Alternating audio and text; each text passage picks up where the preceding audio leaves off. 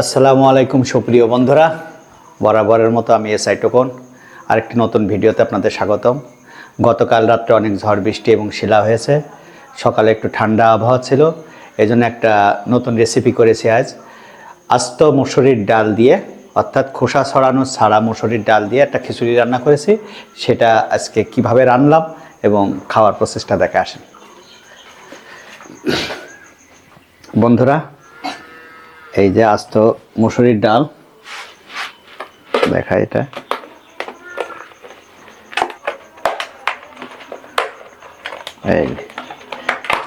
এটা হচ্ছে আস্ত মসুর ডাল, মসুর। এটা খোসা ছড়ানো ছাড়া বন্ধুরা, এটা দিয়েই খিচুড়িটা রান্না করেছি। দেখেন চমৎকার, এই যে খুবই সফট। তো আমি অলরেডি খিচুড়ি আমার প্লেটে নিয়ে নিয়েছি। এই যে বন্ধুরা, ক্লোজ করো। এই যে আমি আবার এরম মাখিয়ে খেতে পছন্দ করি বন্ধুরা। সাথে আছে এই যে ডিম ভাজি, একটা নিয়ে নিলাম। এখন দেখা যাক কেমন লাগে খিচুড়িটা।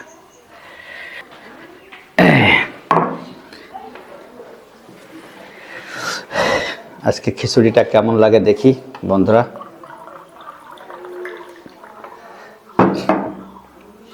হাতটা একটু অবশ্যই ধুতে হবে।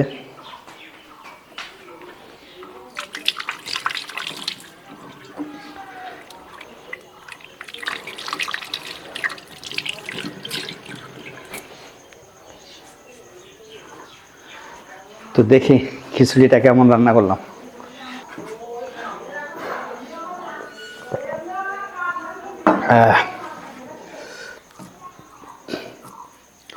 খিচুড়িটা সব কিছু দিয়ে এখানে মাখানো হয়েছে। এবারে কাঁচামরিচ, পেঁয়াজ, তারপরে খাঁটি সরিষার তেল এবং আম তেল সাথে, এবং লেবু আছে, এই যে কাঁচামরিচ, সাথে আছে কয়েক পিস শসা এবং একটা ডিম ভাজি। দেখি কেমন লাগে। বিসমিল্লাহ।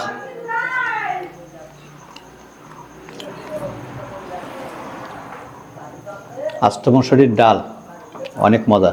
এটা ছোটোবেলা মায়ের হাতে খেয়েছি, দীর্ঘদিন পর আমি নিজে করলাম। এটা খেতে খুবই দারুণ বন্ধুরা।